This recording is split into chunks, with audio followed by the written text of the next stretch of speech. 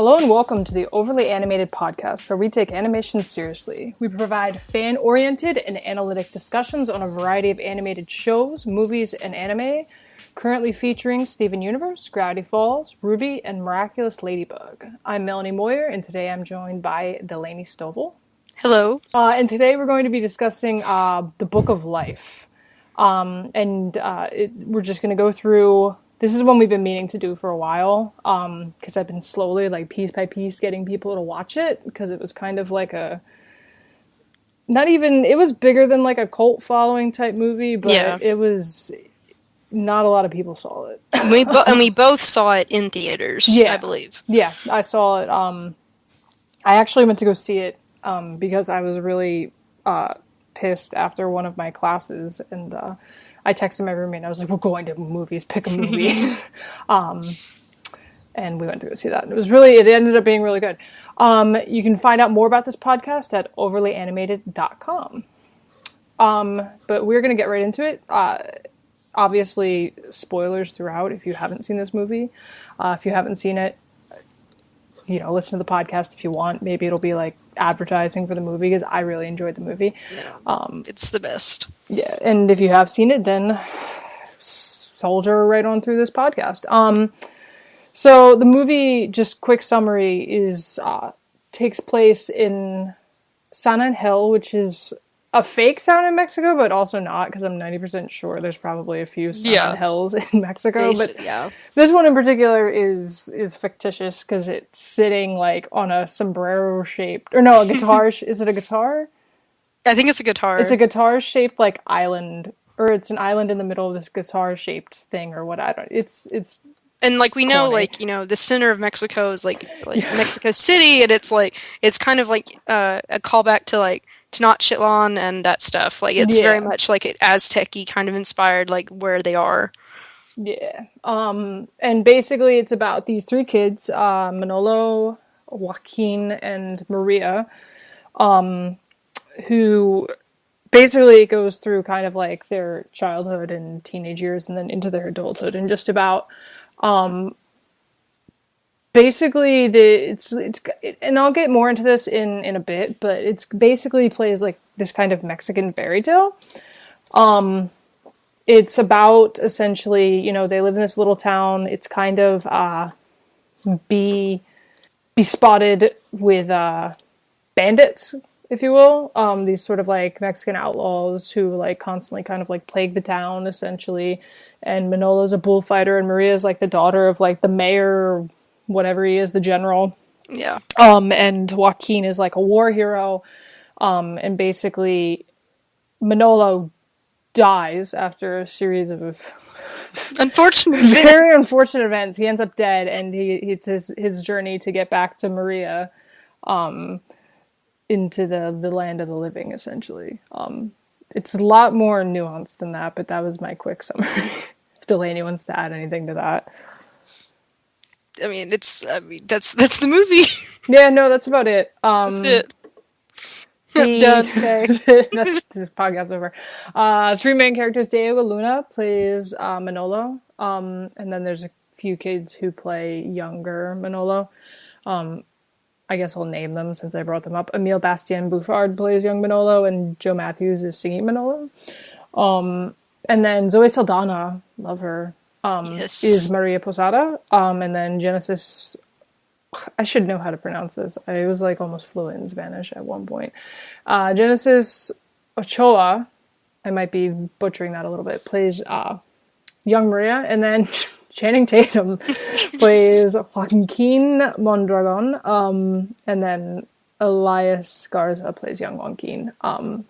This is a lot. Actually, I lied in the outline. I said it was basically all Latin Hispanic cast members except for Channing Tatum. There's actually a lot of people in here who aren't, because Christina Applegate plays a character as well, and so does Ice Cube. I lied. I told and Ron Perlman. I lied about that entirely. The main characters. The main characters are all Hispanic or Latin. Except for Channing Tatum. So basically all of it's a lie. Actually, don't listen to anything about that. I saw that and I was like, Yeah, no, I lied. The big thing that drew me into this, besides the fact that and I'll go into this a little bit more when we get on the topic of Dia de los Muertos, is I grew up in Arizona, like right not far from the border to Mexico. But Guillermo del Toro produced this film, which is ridiculous considering he usually is doing like weird horror films or Hellboy. Weird horror films or Hellboy. Yeah, and I think he's actually a very good friend of Jorge R. Gutierrez, who directed it and wrote it. And this was kind of a really just from the heart project for Jorge R. Gutierrez. It's something that he had been trying to get out there and get made for a while, and he was getting turned down by pretty much every major animation studio there was, which is why Real FX distributed this, which is a company, I don't even know what else they've done. Yeah, me either. They do other things, I'm sure. Oh, wait. Oh, they did Freebirds. Oh, boy. So that's their other claim to fame, is Freebirds. If you saw that at Thanksgiving, I think, last year. Distributed by 20th Century Fox. Yeah, I mean, obviously I lied. The cast is not entirely Latin or Hispanic in ethnicity, except for Channing Tatum, as I wrote in the outline. But the majority of the cast is, with the exception of like Christina Applegate and Ice Cube and Ron Perlman, who's in everything that Guillermo del Toro. He's like Guillermo del Toro's Johnny Depp, essentially. Everyone in there is some either Hispanic, they're from Spanish origin, or Latin American, which I think is really, really cool considering. Unfortunately, right now, the biggest name I think you have in sort of Latin and Central American and South American representation in media is Sofia Vergara, who's kind of played up, I think, in a lot of ways as, making fun of her accent or making fun of what have you. So it's really, really cool. I mean, if you just go on the Wikipedia page and look down the names of like, if you get past Channing Tatum and Christina Applegate, you'll see all these names of people who are, and you can click on their names and see that, they're either born in these countries or they come from families where a story like this would be very important to them. And very unique to the culture. Which, in context of movies like, the new one that's coming out, it's like Gods of Egypt, and whatever that terrible movie was last year that, really, we don't cast, that whole big issue. It's really refreshing to have. Stovall is supposed to be playing an Egyptian god. Yeah, what? Don't even. That's not. And Gerard Butler, come on. Really? Exactly. But then we have, and it's really great to see this not only in film in general, because we need more of this, but also to see an animated film. Yeah. Because we tend to be very ethnocentric with our animated films. Like How to Train Your Dragon, we both love How to Train Your Dragon. That's still a very Anglo-Saxon based. And it casts Anglo-Saxons as Anglo-Saxons. Yes. Yeah, and that's because I don't watch Steven Universe. Everyone's trying, and I'm trying. I'll get there eventually if Tumblr doesn't spoil everything for me. But one thing I saw in there is that pretty much a lot of the voice actors in that are various, people of color, people of visible minority. Yep. And I think the thing that happens with animation is that people think it doesn't matter because they'll say, oh, it's just a voice, so they'll cast whoever they want as these characters and not really care about that. But in something like this, I think casting people who come from a background where a story like this is important to them is super important. It's like Mulan when the cast, with the exception of Donny Osmond and Eddie Murphy, the cast was, people who the story of Mulan would have resonated with and been important to, and who were ethnically correct with their characters and that sort of thing. So I think this is a really great example of, obviously they didn't do it all the way throughout, and there's only so much I can ask. Yeah. But it's a really great example of being able to cast a big budget, big release film with people who are not white, playing characters who are not white in an animated film. Yep. It's pretty sweet stuff. So Dia de los Muertos. So this is a super important holiday and it's super misunderstood. Yes. I spent like between the ages of like 11 and 15 in Arizona, in southern Arizona, or central to southern Arizona. And like, this was a holiday that would come around just after Halloween every year. And, stuff would be decorated for it. People would close their shops for it. Like, and it was a really big deal for me, like growing up, like teenage years growing up in Arizona. So I was kind of exposed to it. So when I saw that this movie was getting made, I was like, oh, that's cool. Like, that's really cool stuff. Because all the thing that you're going to hear when you hear Dia de los Muertos is Mexican Halloween. Yeah. That's what people will always refer to it as, because it comes about 2 or 3 days after Halloween. And I think it's November 2nd. It's November 2nd. Yeah. I can't math. I wasn't going to do that in my head. No, I think it's 3 days. Yeah. And it deals with death, and it deals with all this skull imagery and this death imagery, so people are just like, oh yeah, it's Mexican Halloween, which is awful and offensive. Yeah. And of course, we have this whole like, oh, candy skulls are really cool. And yes, people are obsessed with getting candy skulls tattooed on them. Yeah. Getting T-shirts that have they them, make like, candy skulls out of like stormtroopers. Yeah, and there's a lot of cultural appropriation going on with the candy skull, and it makes it's as tempting as like a candy skull stormtrooper is on a T-shirt from Hot Topic. I didn't do it. Yep, same. I did make a really cool one. My friend got me that. It was on my Instagram. You saw it, I believe. Yeah. The stormtrooper head that you could color, and I made one purposely that was like a candy skull cool. one. It's pretty sweet. Check out my Instagram if you want to see it. Plug Instagram. Plug my Instagram.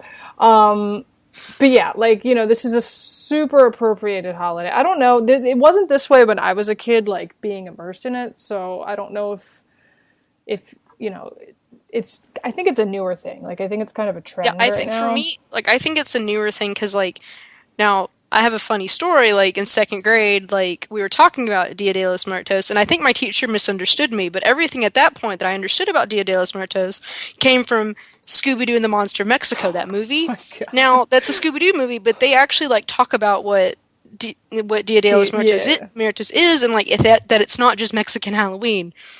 Yeah, it's not even close. Like, it doesn't need the point, and this is the interesting thing about Dia de los Muertos, is it's kind of, I compare it in a lot of ways to kind of like what Beowulf is for Anglo-Saxon culture, like paganism meets Christianity. It's right at the crossroads. It's a transition work.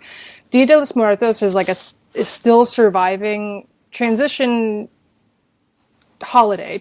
Like it's right in the crossroads of these indigenous paganism and Catholicism, this indigenous paganism, the idea of Xibalba and the underworld and the journey to the underworld and all the things I can't pronounce because they're in Mayan and nobody can pronounce Mayan. And with Spanish Catholic imagery like La Muerta and that sort of thing. It's like a perfect combination of these two cultures coming together.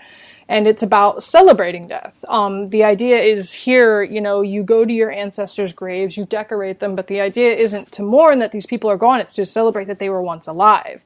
Because the idea is that they can't die if you remember them. And that they, on this day, the two worlds, if you take kind of like what we would consider, the plane of the living and the plane of the dead, how we kind of, this is where maybe it intersects a little bit with Halloween, because Halloween is supposed to be, okay, the dead can return to Earth, but here it's a lot more specific, because it's not just like, there's ghosts walking around, the dead can return to Earth, like werewolves will run rampant. It's that if you remember your loved ones and you honor them, then you can feel them and they can return on this night to be with you. And there's and a you lot have of food, and you you kind of like there's a lot of offerings are food related, and it's the person's favorite food, and you kind of have dinner with you're spending time with these relatives who have gone on. Yeah, and it's it's very much. This is interesting because I just read a book called Scream by actually my old boss when I worked at a haunted house, Margie Kerr. There was this chapter, basically the premise of the book was that she went to various places and like scared the crap out of herself and studied it because she's a sociologist. And that was fun for her. She went to a lot of freaky places, but one of the places she went to was the forest in Japan that I'm not even going to try to pronounce. Yeah. I apologize. That they made a movie about that's horrible. Yeah, they made that crappy movie with Yeah. my wife, my future Yeah, wife, Natalie Dormer, yes. and Lady Gaga's future husband. Everyone's future spouses are in this movie. Yes, it's true. Taylor Kinney.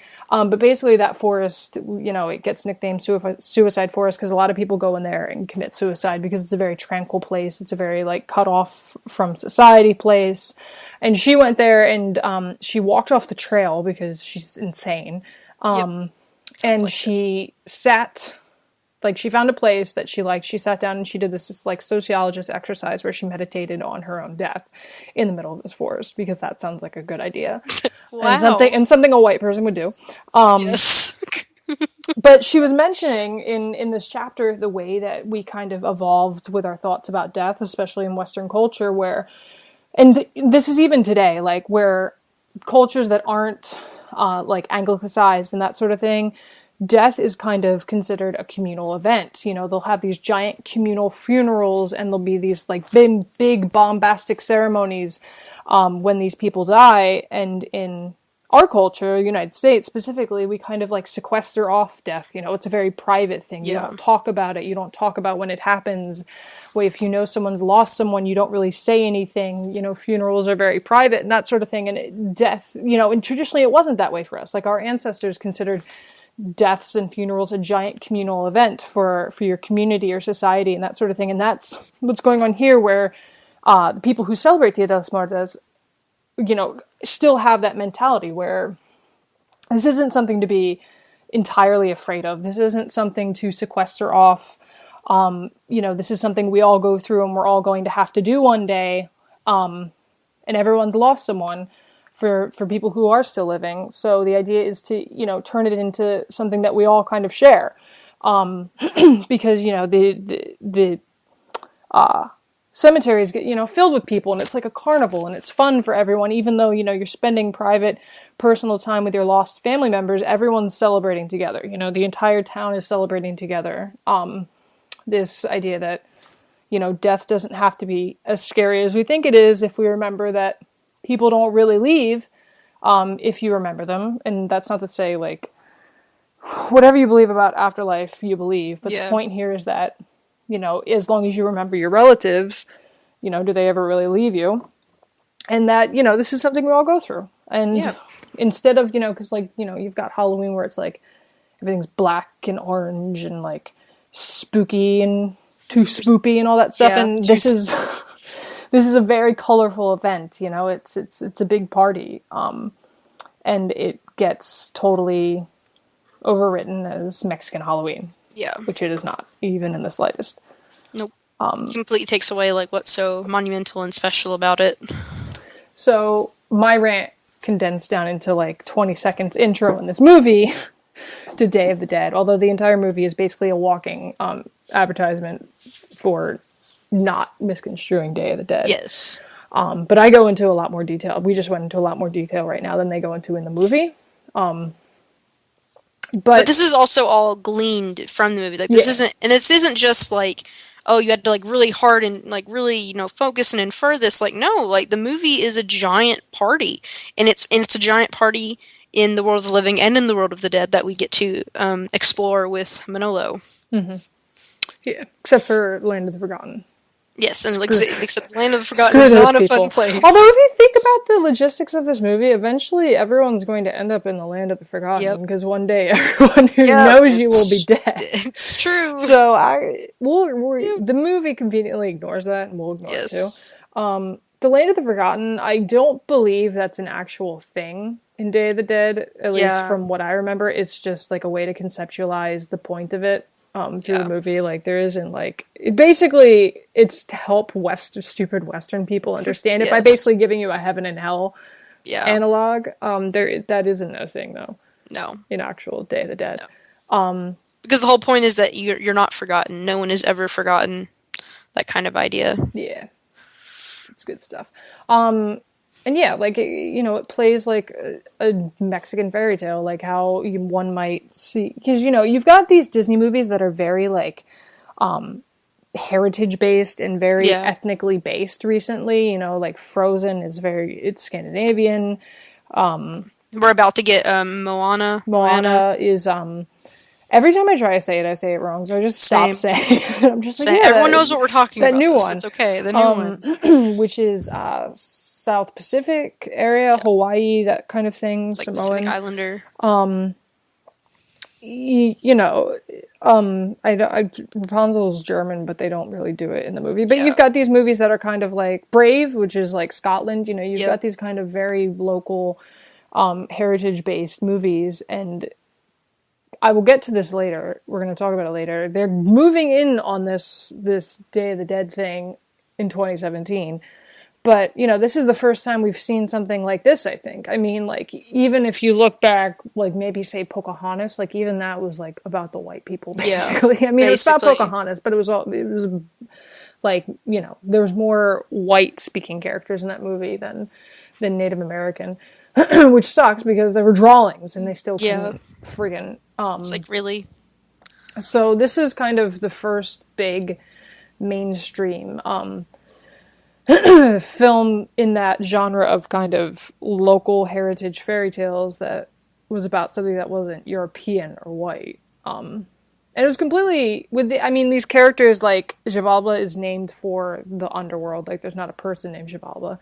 Yeah. And La Muerta is a real person in folklore surrounding Day of the Dead. Like, these characters, not all of them are original, but the story completely is. Like, it's a completely made-up story that he made, which I think is really cool as well, because you don't get too many original stories anymore. I mean, a lot of the people were inspired by, like, Frida Kahlo inspired some of his representation of La Muerta, and Manolo was inspired by a real bullfighter, but it's all an original story, and I think that's really cool to see in a world of adaptations and remakes and taking things that are out of copyright and taking advantage of the fact that they're out of copyright. I'm losing my voice. Right, so one of the big things with this, I think, is the unique animation style. Oh, yes. If you want to talk about that while I'm dying. Well, that was one of the things that really drew me to the movie originally, like, you know, when they were having... Granted, there weren't really, like, a lot of trailers, like, before the movie came out, but, I mean, I think that's one of the most striking things about this film, because... And everyone, I mean, we've already mentioned Frozen, but, like, Disney movies and even DreamWorks, and though DreamWorks does, you know, it seems to be a bit more diversified and, like, how, like, and this doesn't even necessarily have anything to do with ethnicity, but just, like, how characters look, like, and, like, actually looking like different people and not like cookie cutters of just the same thing. Yeah. And we actually have this really beautiful, like, they're kind of wooden looking, and which of course goes along with, you know, in the film when we find out later, La Muerte is telling the story to the kids that she's using these wooden figurines, but, you know, the movie, they come to life, and it's just a beautiful animation style, and it's really interesting, especially in a world of, you know, we finally went from 2D to 3D, but then all the 3D animation kind of looks the same, it's kind of like bubbly and not quite... It all looks like Tangled. Yeah, it all looks like Tangled. And I think it's very striking to have in... Like, Big Hero 6, Frozen, they all look the same. Yeah, I mean, and that was a big thing when Frozen was first coming out, and I actually presented on this in my one class before the movie was even out. Don't get me wrong, I love me some Frozen. Yeah, no, I love Frozen. People probably know that by now, because Dylan complains about how much I like Frozen a lot. Yeah, that's true. But there was this big kerfluffle, because one of the animators said it was hard to animate women, because you have to constantly make them look pretty, and everyone, like, lost their minds. As they should. Yes. But everyone lost their minds on the internet, because they're like, this is BS, like... And then it was part of, like, the DreamWorks versus Disney war, and it's like, really? Yeah, where it's basically like Disney's, like, actively trying to make these women all look the same, so that they all look pretty, and doesn't really want to create a kind of non-aesthetically pleasing female, what they define as a non-aesthetically pleasing female, which unfortunately, from what they've done, is basically, you know, skinny, big eyes, white, some version of light brown to blonde hair on that spectrum, you know, and that sucks. And this is like their doll, like it's so cool, like they're dolls. Like the entire movie is told with these dolls, and they all look different, like the dolls. Yeah, and it took me like I walked out of the movie and I was like, oh wait, they're dolls. And my roommate was like, yeah, you're dumb. Like I just picked up on that immediately. But yeah, like every person, with the exception of Xibalba and La Muerte, because they're like these like visceral, real entities. But everyone who's like a person in this story is a doll, and I think it's adorable. It's awesome because they say it's kind of obviously Coraline is like obviously in the Tim Burton like animation style, but it looks, I mean, it's very similar. Or I don't know if you've seen 9. Yes, I have. So that, and it reminded me a lot of 9. That's very steampunky. Yes. Yeah, and it, like they say in the beginning too, because Christina Applegate's character is telling the story, but turns out that's La Muerte. Yes. But she's like, you know, she says at the beginning, she's like, these dolls represent real people, and this story is 100% true, and then tells the story of Manolo and Joaquin and Maria. I don't have it in here specifically, but I feel like we should go into, well, you mentioned it with the subversion of the love triangle. We'll talk about that in a little bit when we get to Maria, because we'll save character talks for later. But yeah, really cool animation style. I think they occasionally fall apart too. Like sometimes they lose arms. Yeah. He falls apart, and then he's literally a head for he's like 10 minutes, and then he gets all his body parts back together, and then he's fighting, and they try to cut off his head, and he's like, oh, can't do that, and then they'll randomly fall to pieces, or in the lose beginning, a limb. The soldiers. In the beginning, the soldier, his arm fell off, and this kid, took one of his arms and, whipped it like a horse. Yeah, so, little nuances like that where the film's aware. Kind of Lego movie-ish. Yeah, it breaks the fourth wall a little bit in moments where it's, kind of aware that it's, a story being told. When you've got characters, pulling off their body parts. It's pretty great. And then just snapping them back on because they're all toys, essentially, is really cool. It's a super duper unique animation style and even storytelling format, if you go that far with it, that I don't think we've seen before. At least, and I say as a wide release, because for all I know, there's some culted animated movie that did this first. And it's so inherently tied to what the story is about. It's so, the colors and the visuals, everything is just so tied to Dia de los Muertos, which that sounds like a really dumb comment, but a lot of times we get this kind of whitewashing of anything that we're talking about in general and in mainstream media, and this is just so intrinsically Hispanic and Latin American, and it's so great. Well, especially when you get to the part when Manolo dies and he wakes up in the land of the remembered, and it's this huge, crazy party. It was amazing to see in theaters. It was so cool. It was so beautiful. And I'm like, how much money did it cost you to animate this scene? Because that's the point, is death for people who celebrate Dia de los Muertos death is colorful and a party, and it's so funny because people in the U.S. and sort of European Western cultures, you wear black when someone dies and all this other stuff, and the colors. And they're having a parade.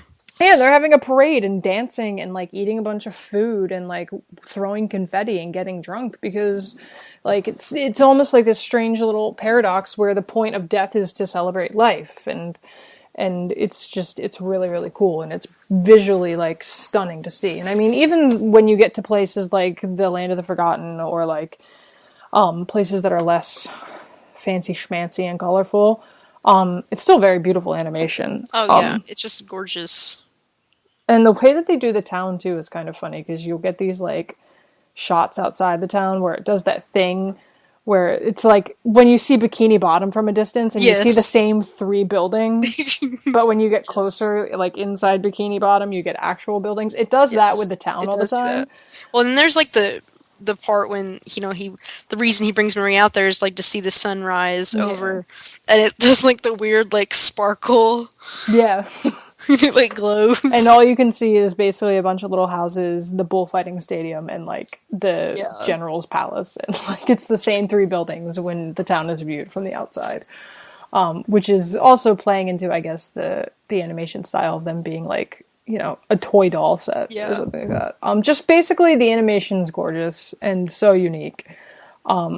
If nothing else about this movie appeals to you, like it looks very pretty, so cool and so pretty. It's such an experience just to watch. Yeah. The other thing the film does is it's kind of like an unconventional musical because it's not really a musical. Like nobody's singing in context. Like it's mostly Manolo like whips out his guitar. He's that guy. Yeah, he's that guy who pulls out his guitar and sings Wonderwall. Anyway, you've been waiting my entire to say life. That officially on a podcast. Yes. Anyway, here's Wonderwall is basically Manolo in a nutshell because he's constantly singing, and that's the point. Is that he wants to be a musician. He wants to be a guitarista, as they call it, instead of being a bullfighter. A matador. Which is another thing. I guess we'll towards the end we'll talk about kind of like the characters as a whole themselves, and that's one thing that will probably come up with Manolo's character and the way his family's characterized. But yeah, he wants to be a guitarista, so he like plays all these random songs and then like gets drunk with his like friends and they play music in the streets. Like it's great, but he's like the first song is I Will Wait. A mariachi version of I Will Wait by Mumford & Sons that he plays, which is... I have the soundtrack because it's so good. Like, it's a really good soundtrack. Yeah, and he plays, like, this crazy mariachi version of I Will Wait, and it's really cute because he starts out as a kid, and then he, like, goes into adult, and he's like, I will wait. And it's so great.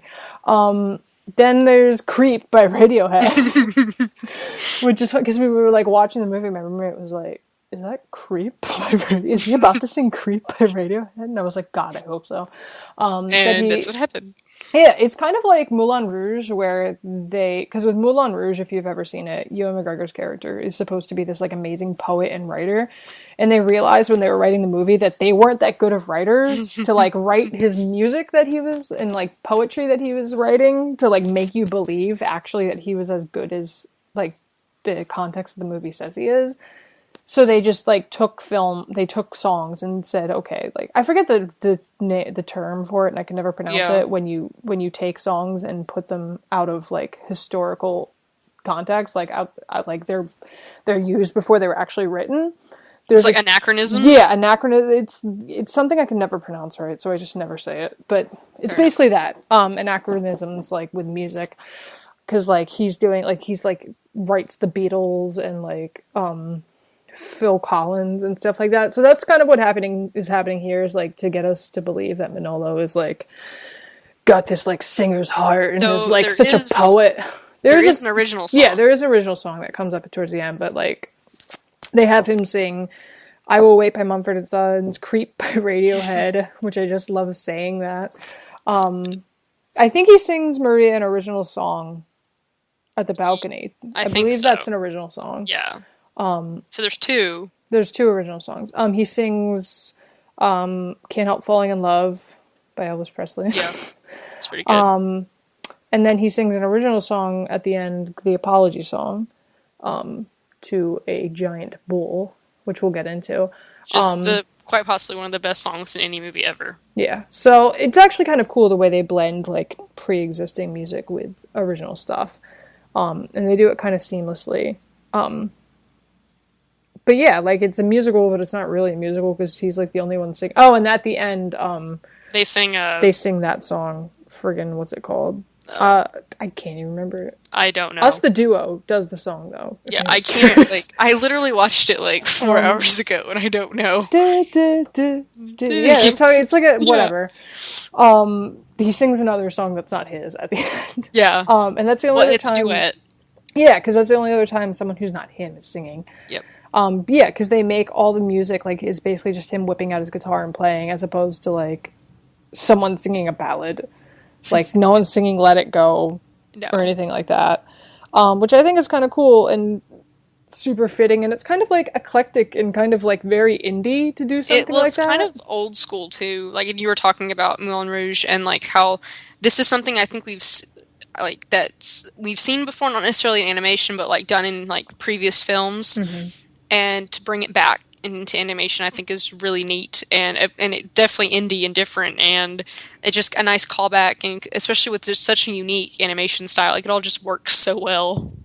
Yeah, it's something that fits only with this movie. Yeah. Like, if someone else tried to do it, I would have been like, I don't want to hear you sing Creep by Radiohead. Yeah. It just fits so well in this movie. And it's interesting because Creep, that song, is like historically like not something that they ever let people use in films. Like they're very stingy about that, and Guillermo del Toro even told Gutierrez that he tried to get it to use it in Hellboy, and he was like, they're not going to let you use it. Like, I don't even know why you're asking. And he asked anyway, and they said yes, because they loved the story, and they loved the way that they were using the song within the story, because they were like, that's what this song's about. It's about some weird teenage kid who feels like a freak in wherever he lives. So yeah, you can use our song. So it's a nice little thing that happens. So clearly, I mean, if Radiohead thinks this movie's cool, everyone should think this movie's cool, obviously. Radiohead liked it enough to give them permission to use a song that they never let anyone use. So clearly.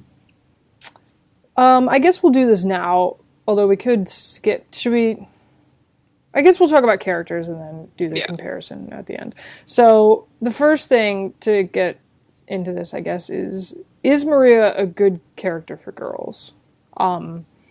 Because she's basically, what's going on here is that there's a love triangle between the three main characters, like both, because if you've seen the trailers, the idea is that La Muerte and Xibalba made a bet as to which of the dudes, which they're like lucky she turned out straight, or else this would have like completely blown up in their faces. But they basically made a bet as to which of the boys she would choose when she got older to get married, because like both they're all like the same age, and both and they're all friends. They're all friends. They're like the Three Musketeers, except they call themselves something else. The Three Amigos, because they're so creative. And Joaquin and Manolo are both like have these major crushes on Maria and try and woo her in like their own specific ways. Like Joaquin's very brawny, like he's basically the quarterback friend of like the geek, essentially, and he tries to like lift weights in front of her and does all these impressive things. And Manolo's like that like soft poet kid, like artist type who's like a tortured like artistic soul who tries to woo her with music, and gives her a pet pig at one point because it's awesome. So cute. And they make a bet, and Muerte chooses Manolo, and Xibalba chooses Joaquin, but he cheats.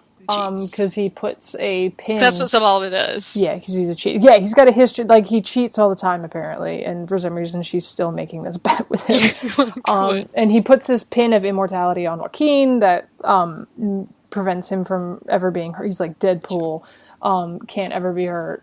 And it makes him, like, into this awesome, brawny, tough soldier dude. And Maria gets sent away because she's, like, a rebel child. Yeah, she's too, like, she's not ladylike, so they ship her off. Yeah, this is very on the nose, and that's part of the reason why I think it's maybe not as great as some people want to think it is in terms of, like, female role models, just because it's so, like, cookie cutter on the nose. Like, oh, she's not ladylike. She doesn't want to wear dresses and play with dolls. Like, she's not like other girls. Like, come on now. Like, there are girls who want to wear dresses and play with dolls who are just fine. Like, come on. Though she does come back, and I think what makes her like a good enough character is that, like, one, the love triangle isn't a secret. Like, there isn't really, like, for Maria, it isn't really a love triangle. Like, she loves Manolo. She feels obligated to marry Joaquin, and, like, she cares for Joaquin, but she very clearly doesn't love him the way she loves Manolo. And even that aside, she gets very irritated throughout the film when they're, like, trying to be all, like, protective and all this stuff, and she's like, all of you need to calm down and stop right now. Yeah. Because they do play it off a lot of Maria being like, you guys are ridiculous, please stop. And she gets mad at her father, and, like, I think that makes it a little bit better, and that is something that I do think is lacking in a lot of films like this. And obviously it's not perfect. I mean, they do send Maria away, and that's, like, already, like, we missed screen time with her. Yeah, I mean, yeah, and the things that I think are more important for her as being this kind of like female role model character is like what you said, like the fact that she's like she feels politically obligated to do certain things, but like her head and her heart are telling her to do other things. Like the whole like sending her away because she's not ladylike, like I can do without that. Like I've seen that before. Like well, also, and obviously it clearly backfired. Like she comes back and she she like those parents that send you off to boarding school, and then at boarding school is where you come out or something like that. Like it was one of those types of deals. Because she learned fencing, and then she comes back, and when Manolo doesn't kill the bull, she stands up and starts clapping because she thinks that's great. Yeah, she thinks it's awesome. So she clearly went off and, Yeah, I mean, she subverts some things and it's great, but sometimes she just does it too on the nose, and they like very much like are saying like, look at her subverting these things, and it's like, calm down. Like, great, good for her doing what she wants to do, but also there are plenty of, like, there's nothing wrong with being, like, it's like passive, like, it's all part of, like, the umbrella term of, like, passive slut shaming, essentially, where, like, you've got girls who are ladylike, and if you're ladylike and want to be ladylike and do, like, things that are traditionally, like, coded for women, then you're, like, somehow hindering the feminist movement. It's like, no, the point is you can do whatever you want. Yeah, you can do whatever you want. Like, just as long as you're the one making the decision for yourself, like, who gives a crap? Call myself. So yeah, she gets sent off to boarding school, and she comes back, and she's, like, maybe worse than before, because now she's, like, the same, like, rebel child, but she's, like, an adult, so... It's pretty even harder to control. Yeah, and she shows up to the bullfighting because like she comes back on the day of Manolo's first bullfight. And she's Manolo then getting into Manolo. So bullfighting families are like a huge deal in countries where bullfighting is a thing, which is like Latin, Central America, Mexico, Spain, and France, even south of France as well. Yeah. And it's like obviously like you hear bullfighting and you think of like the controversies surrounding it, and the controversies of like killing the bull at the end, because that's how bullfights go. Is you like rile up the bull and then you stab it. I forget the name of the swords, but those are those things on Manolo's back, like the entire movie. Yeah. And it's considered super inhumane. Compare it, I suppose, to like what we have here is like obviously it's much more of a spectator event and a more sort of sanctioned by society in these cultures, but for us it would be something like dog fighting. It's not something that a lot of people think should be happening. For example, I'm from Kentucky. I live in Kentucky, and I was born in Kentucky, and horse racing. Mm-hmm. Yeah, and how horse racing is handled in this country. Yeah, which of course people outside of this room would very likely string me up for saying such a thing, but it's. Yeah, that's probably a better analog because that's something that's, like the Triple Crown, and it's like considered this huge thing, but it's actually like super animal cruelty, like if you understand. So you've got that controversy kind of like laced throughout it, but it's kind of like ingrained in Manolo's character because it's like through the analog of him wanting to be his own person because he doesn't want to be a bullfighter, he wants to be a guitar player, like he wants to be a musician, but bullfighting runs in families. Like if you're a part of a bullfighting family, like that's what you're going to be doing. Like that's what you're expected to do in these cultures is bullfighting. It's like take acting families, but then like magnify it. Like it's tradition and it's heritage. So it's very much family business like. Yeah, no, totally like The Godfather. So, there's already a lot of tension there with him being like, no, or even How to Train Your Dragon, and you gotta kill dragons. Yeah, and except this is a thing that in real life is a thing. Well, I just meant like, relating to, because I think people might, like, obviously this movie is, focusing on, like, a certain cultural relationship, but I mean, it's definitely like this is a universal experience as well because everyone like can relate to like being pressured to do something because your family does it. Yeah. And that's kind of laced together with this thing where it was like we would say bullfighting is wrong, like, or at least, you know, the violent aspects of it towards the end are wrong. And that's kind of what happens in Manolo's first bullfight is he refuses to kill the bull and he like gets booed out of the arena. Except Maria, who's like clapping because she's she gets knocked out. They throw his guitar is his head, and he just like they just let him lay there passed out. Yeah, he was out for like he wakes up later by himself. They just let him lay there for some reason. His dad and his dad wakes grandmother him up. Were there, and like they like said bad things about him and left. Yeah. His dad wakes him up, like reams him, and then leaves. His grandmother, played by Grey Delisle, A+. By PTW, she is Mexican, so yes, that also counts in the. It does count in the people who were not in my list of my lies about Channing Tatum being the only white person in this movie. But yeah, so you've got that going on, and then Joaquin is like this big. He's Channing Tatum, this big buff kind of like protector of the town, and like the interesting thing then becomes like Maria's kind of like politically obligated and kind of like in terms of like communal loyalty, like she's expected to marry Joaquin because you know, otherwise he won't stay. Yeah, like she's like he needs a reason to stay in it. That's kind of like fuzzy. Like he needs a reason to stay in the town. Well, the thing is, that's another part of this movie that's kind of like really irritating. And like, granted, this also just kind of goes against Joaquin's character as a whole because like, if he really cared, he wouldn't need a reason to stay and protect his hometown. Yeah, he comes off as kind of like a. You know, because like he's like basically emotionally, it's not talked about. He's basically emotionally manipulating this girl into marrying him, but he does it with like puppy dog eyes. Yeah. So it's like, no, like he's emotionally manipulating this girl into marriage, and he's knowing full well that she wants to marry someone else because the whole reason he did it is because he realized that she was in love with Manolo and was like, crap, and like. Went to get a ring and quick proposed to her in front of everyone. Yeah. And he never apologizes. Like, at the end of the movie, he's like, well, I mean, it kind of, not really, because at the end of the movie, he realizes that, like, to be, you know, a real hero, you need to be selfless. But, like, he doesn't say sorry for, like... No, never. Like, he never apologizes for being a total jerk. He totally emotionally manipulates her into accepting his marriage proposal. It's like those guys who propose their girlfriends on camera, like, in a baseball stadium. Imagine that, but, like, basically saying, if you don't marry me, like, I'm not going to stay here and protect the town and you're all going to die. Like, that's never, like, something that the movie, like, talks about or presents, even though it's clearly what happens.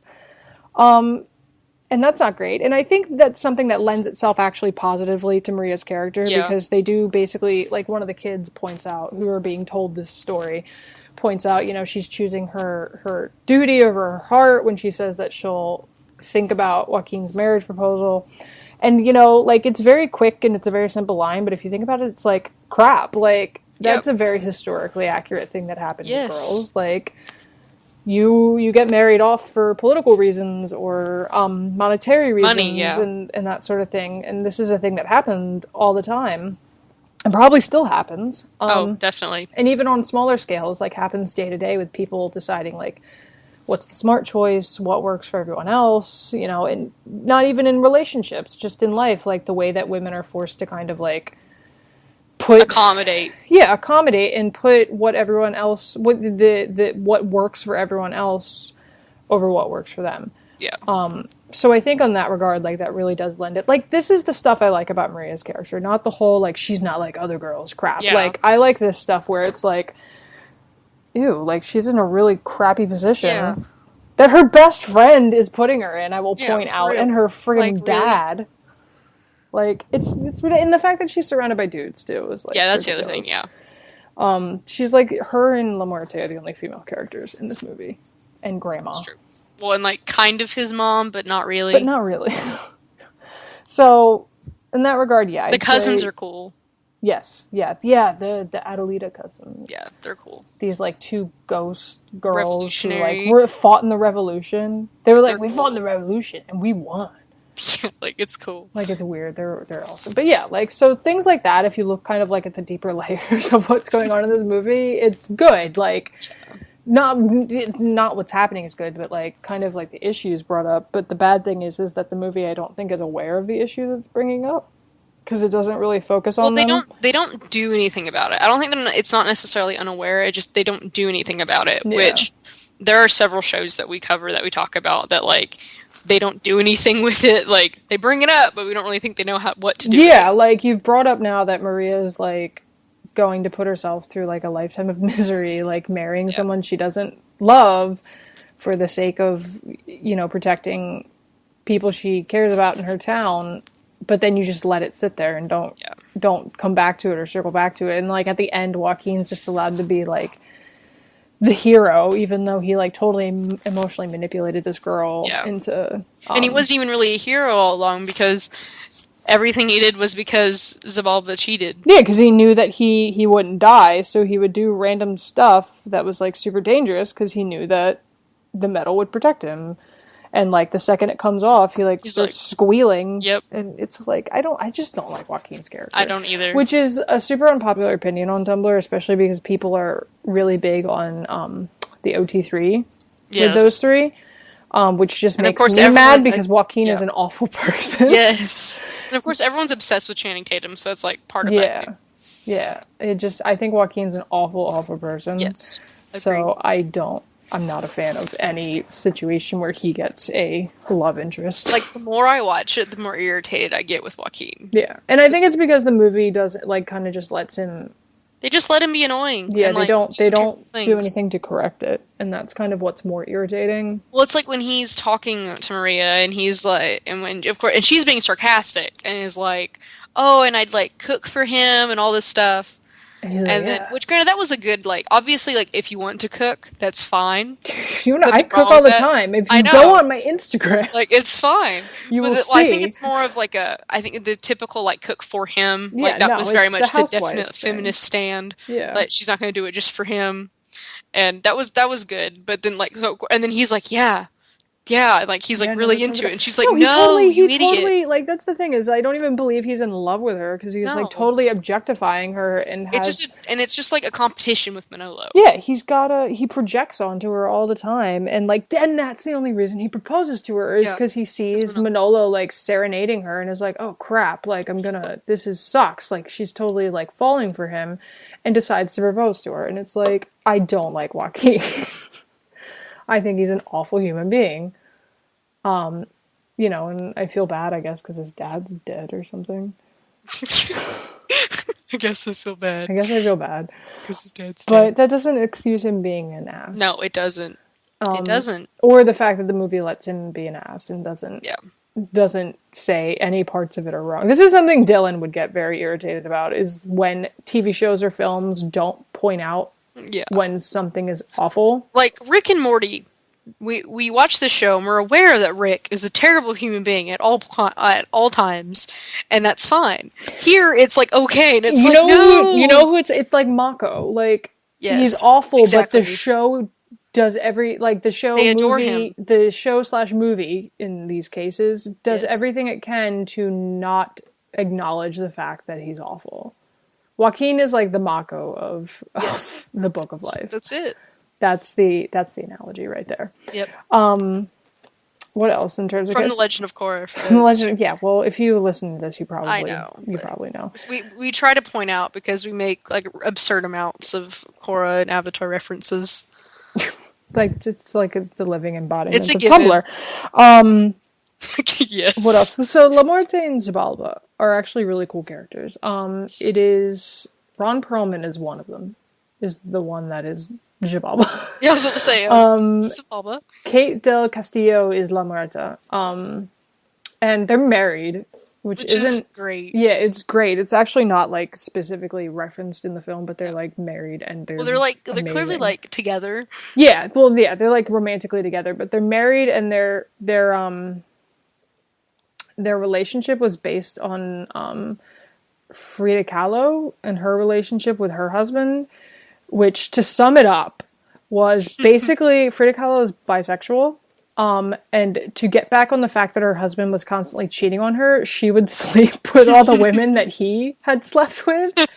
And their entire relationship was basically just like screwing with each other and one-upping each other. But it's really cute because like at the end of the day, like they loved each other, and like at the end of their relationship they like really did love each other. So it's like this crazy dysfunctional like stupid relationship that somehow worked.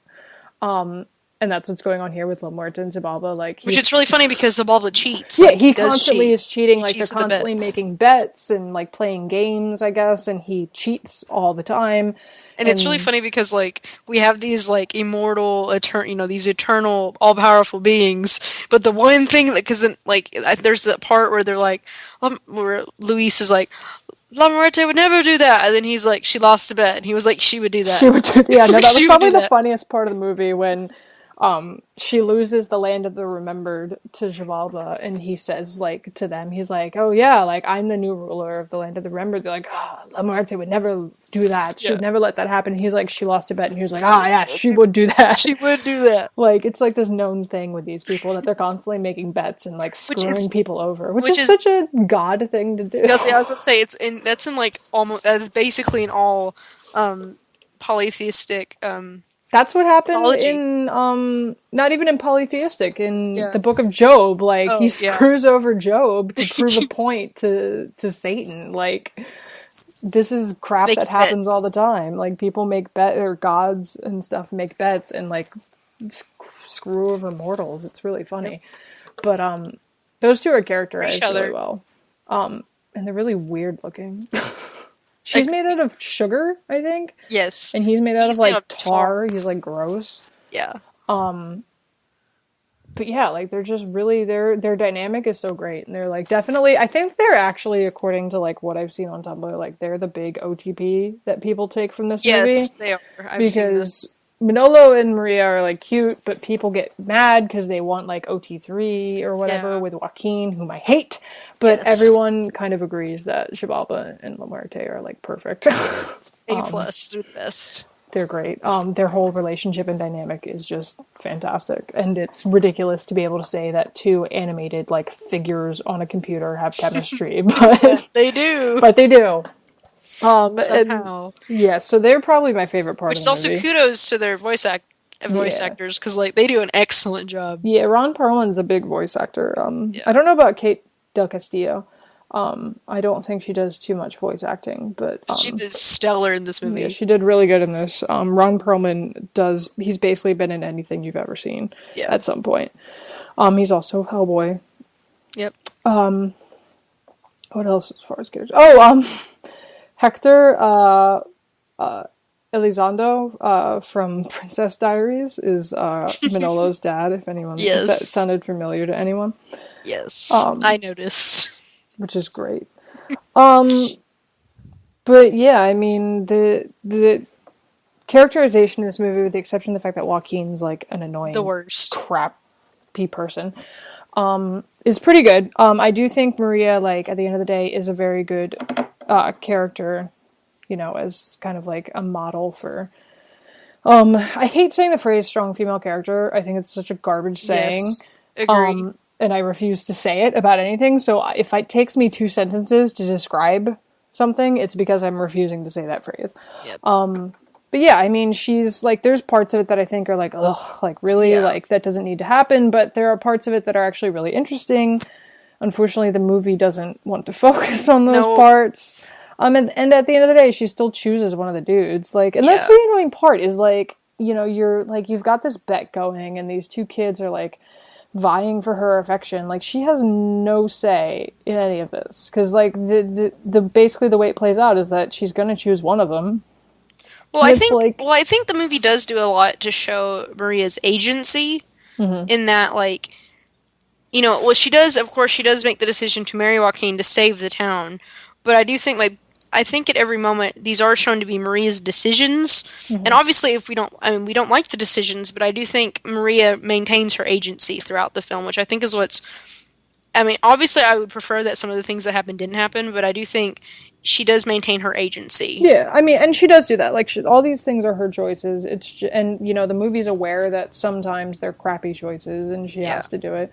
But yeah, I mean, she's the one who makes the decision to marry Joaquin. She's the one who decides to like push Manolo out of the way when the snake attacks. She's the one who decides to kind of like rally the town to fight these bandits. She was heavily pressured by her father and by Joaquin, but I do think ultimately she would have made that decision anyway to marry Joaquin to save the town, because that's just the kind of person Marie is. And she is like heavily pressured by herself because of these outside forces, which is something I can jive with because that's something that happens all the time. And that's life. Yeah, and it's just, I think I don't think there's anything really wrong with her presentation. I think it's just the fact that the movie chooses not to focus on... And it's the focus of this love triangle, and like how this entire movie is about a bet that these eternal beings made and to mess with the lives of mortals. Yeah, and it's about her in context of these two dudes, not necessarily about her, which is unfortunate. Which, granted, obviously, like, Manolo dies because of the bet and all this stuff happens, but, like, it did happen that, like, they didn't really have as much... They didn't intervene as much as, like, if we were watching, like, a Greek, like, base anything. Like, they weren't really as involved. They just let it happen. Well, and that was part of the bet, too, as La Muerte said if she wins, Xibalba would stop interfering with the affairs of man, so... It's, like, a thing, I guess, that they do, and she's trying to, like, get him to knock it off. Yeah, but no. Yeah, I mean, so ultimately not, from a feminist perspective, obviously it could do way more. Yes. But it's not awful, and it just would have been nice if some of the more complex issues that arise from her agency or lack of agency or people trying to steal her agency was focused on, but obviously Manolo's our main character, so that's who we're going to focus on, and that's who we're going to root for. That's true. So... Also, Manolo is precious. Manolo is a unproblematic babe. Yes. Even with that stupid ponytail. I know. I hate it. I didn't notice it at first, and then I noticed he's got this little freaking rat tail sticking out the back of his neck. It's very upsetting. Which they make jokes about it in the movie. They're like, kids with their long hair, and he's got like they make fun ponytail. Of him. So Pixar has its own Dia de los Muertos film coming out called Coco. It was originally called Dia de los Muertos, but they got into not even legal trouble, like people yelled at them. Yeah. Because they trademarked the phrase Dia de los Muertos. And like, people across the Latin community in the United States were like, what the F? Like, you can't trademark our culture like that. That's literally like trying to make a movie and trademarking like Hanukkah, but they're gonna think that, we can do that. But no, you can't. No, you can't. Like, that doesn't belong to you. Like, no. So they made a petition, basically called it like the worst kind of cultural appropriation like ever. Yep. And Disney canceled its petition for a trademark and said that they'd like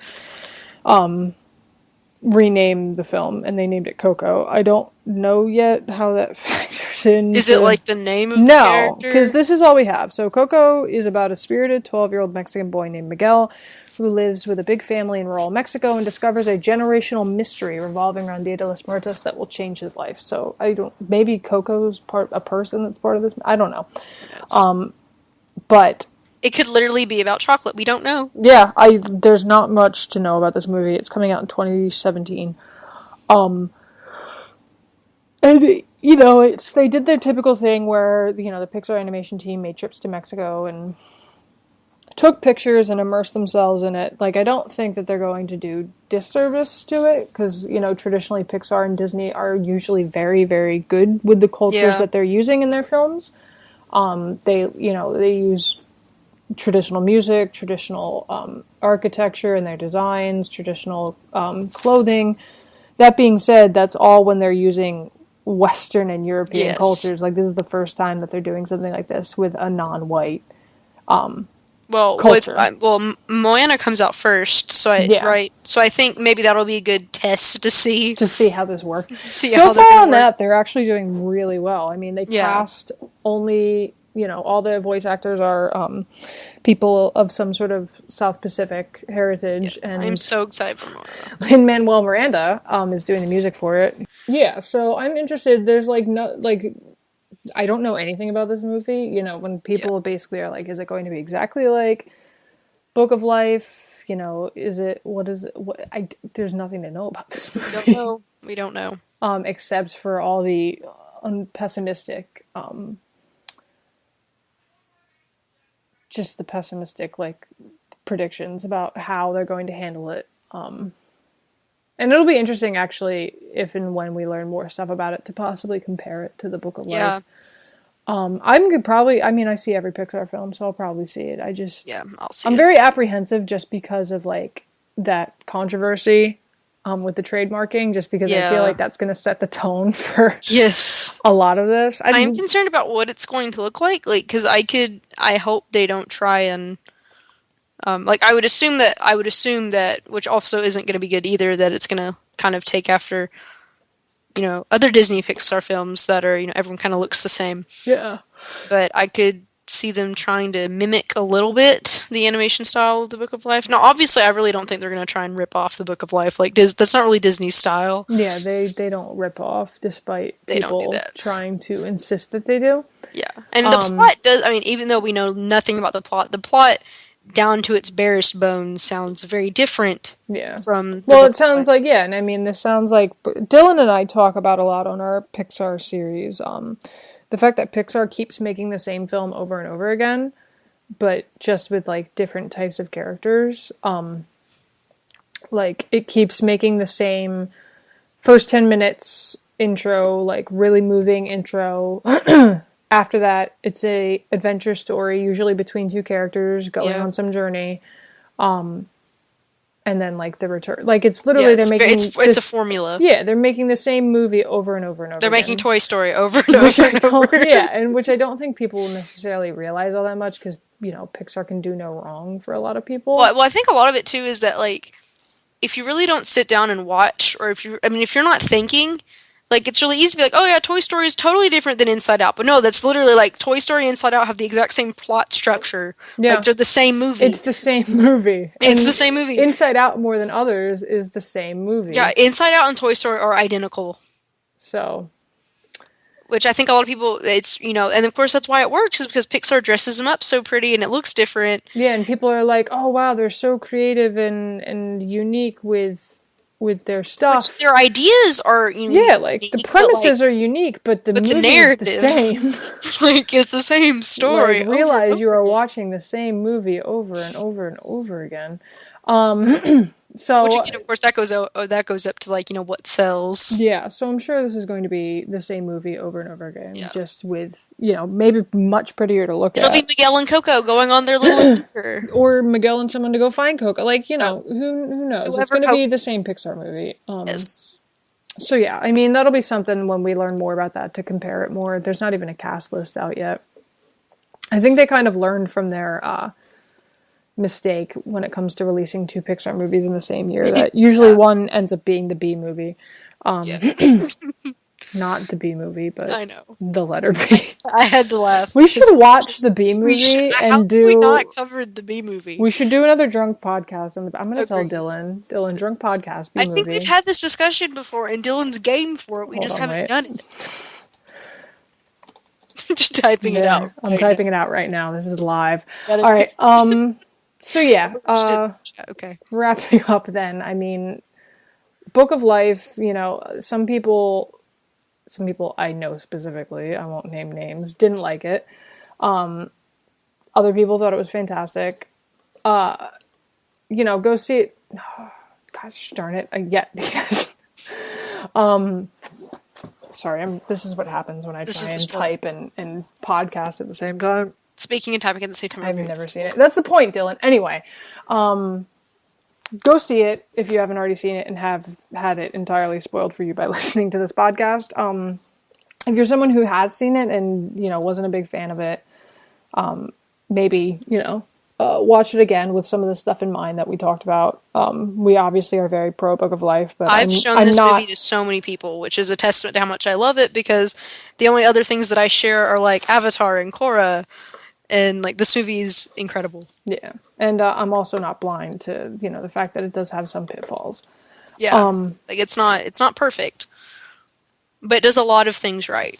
Yeah, it does more things right than it stumbles. So, keep that in mind. Maybe if you're going back to watch it, and if you agree with us, good for you. Feel free to tell us, or if there's stuff that you think we didn't cover. Yeah. Let us know. Find out all the info on this podcast at overlyanimated.com. Support us via support us. Support us. It's for the record, for context, it's kind of late and we're tired. Support us. Support us via Patreon at patreon.com/overlyanimated. Thank you to our current patrons, Shayna, Mitch, Cordell, Beatrice, Nate, Andy, Jamie, Rachel. I'm not going to say them as fast as Dylan. No, who are Hey Nah, Fever Mitch, Cordell University, Beatrix Lestrange, Buzz Lightyear, Mailman. Why is it Mailman? And Rachel Rose. Because it's Steven Universe. You don't know, right? You don't know yet. I'm out of the loop. Delaney, where can we find you on social media? I am on Tumblr at Guru Korasami. I'm going to plug my Instagram. Delbury S. It might just be Delbury. I don't know. Yeah, the Flyers kick the Devil's butts. Anyway. Yes. And then my Twitter is also Delbury S. Nice. And you can find me at Melmoy on basically everything except Tumblr, where I am Melmoy, because I stole my own name for myself and I don't remember the login to the actual really Melmoy account. So, don't go to that one. That one hasn't been updated in years. Go to themelmoy.tumblr.com. But I'm Melmoy on Twitter, and since I plug so much Instagram, I'm Melmoy on Instagram as well. I'm also Melmoy on Snapchat. I'm also Delbury on Snapchat. But I probably won't ever snap you. And I don't put up stories, so there's no point in following me. I don't put up stories, but I will snap you. So yeah, I don't know. I don't really keep up with what you guys regularly are talking about. I see it sometimes. So if you want to talk about that, if you know of any coming up, any episodes or...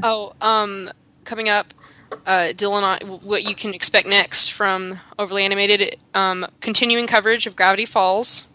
Oh, yeah. And another RWBY discussion where we will talk about the season as a whole, and I have to compile my list, because Dylan is like, my list is done, so now I have to compile my list of Volume 3, because Dylan hates me. So that's what you have to look forward to. Dylan is obsessed with lists, and he tiers his lists. He's very methodical. And if you don't Which do your is list weird right, that he mad. Doesn't like BuzzFeed, because it's literally all lists. Yeah, and he hates BuzzFeed. It makes no sense. But yeah, so check those out. They're coming up. Not sure when. Yeah, we're not. But it'll be in the coming weeks. Yeah. Possibly one this week. Possibly both of them this week. Yeah. Find out. Dylan and I at some point might do another Pixar movie. I think we were talking about doing Finding Nemo next. When we did The Good Dinosaur. It's need to see that. I'm not sure if there's a Delaney and I might do another one for How to Train Your Dragon. I think we were discussing, or Star Wars. I have to get in on the Star Wars Rebels with Dylan as well. So I need to get caught up on Star Wars Rebels. There's some stuff, but there's stuff. Just pay attention, love it, listen to it. Just keep subscribed, and you'll know all about it. And know it. So I have been your main host, I guess, for this one, Melanie Moyer, and also been with Delaney Stovall. Still working on that. And yeah, check out RWBY and Gravity Falls and all of Dylan's lists. It's a lot, guys. Just so you know, it's a lot. It's a lot. And thanks for listening. Adios. Bye.